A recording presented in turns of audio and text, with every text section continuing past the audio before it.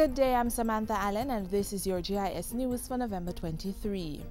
Government, through the Ministry of Science, Technology, Energy and Mining, has signed a Memorandum of Understanding with Alcoa Minerals of Jamaica and Clarendon Alumina Partners to find a suitable energy solution for the Jamalco plant in Clarendon. Minister with responsibility for information, Senator Sandria Faulkner, says the MOU was signed earlier this week in accordance with an assurance given by the Energy Minister after meeting with Alcoa executives in New York earlier this year. Alcoa had a major problem and they were going to pull out. And their major issue was with the cost of fuel and what it was doing to their operations. The MOU proposes that all options are explored to come up with an energy solution. The parties will discuss and make final determination on the way forward on December 15. By December 31, the parties will terminate the MOU if they are unable to finalize the binding agreements to implement the energy solution. Prime Minister Portia Simpson Miller has responded to criticisms about the government's decision to purchase sports utility vehicles (SUVs) for ministers. Reports surfaced in the media recently that $60 million had been spent to buy 16 new vehicles for ministers. The Prime Minister, who was speaking at the Social Development Commission's Parish Forum in Montego Bay Thursday, made the point that ministers needed reliable vehicles to travel and carry out the affairs of the country. I don't support any minister going above and beyond and taking what you'd call vehicles that are retrofitted with all kinds of things. My government will not accept responsibility for that. But I do not believe you want your ministers to be on the ground breaking down. The Harborview Weigh Scale Station has been officially opened to reinforce weight guidelines and protect road infrastructure from overweight vehicles. Director of the Island Traffic Authority, Ludlow Powell, says since the opening of the $100 million facility on November 12, several breaches have already been identified. What we're doing so far has yielded some results. We have issued more than 30 tickets. We have removed or issued more than 10 certificates of defect so far for trucks. We're catching some of those things and trying to get them remedied.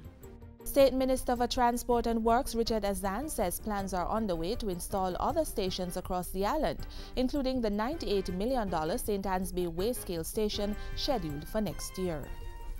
Spanish Town's economic prospects are set to receive a boost with the introduction of a cultural heritage tourism program.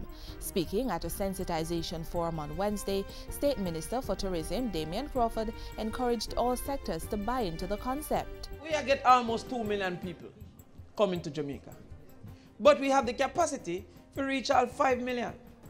But that 5 million is going to come from diversification. We have to diversify the markets, we have to diversify the offerings, and we have to diversify the beneficiaries.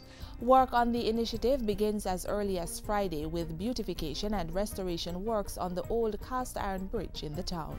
The Education Ministry will be piloting the broadcast of live and on-demand content to schools early in the new year as part of efforts to use information communication technologies to improve educational outcomes in underserved communities.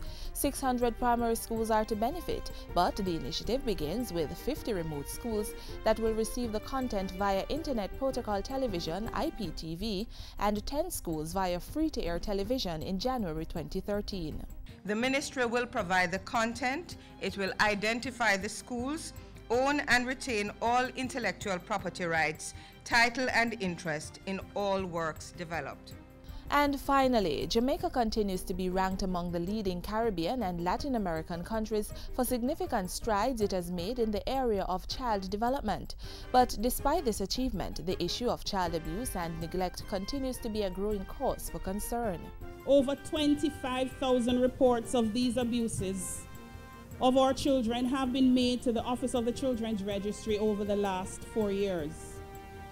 This number speaks to the serious levels of abuse against our children. And as the nation observed the World Day for the Prevention of Child Abuse on Monday, Youth Minister Lisa Hanna used the opportunity to make an appeal for a national and collective approach to stem the cycle of abuse against our children. And that's it for GIS News today. I'm Samantha Allen. Thanks for watching.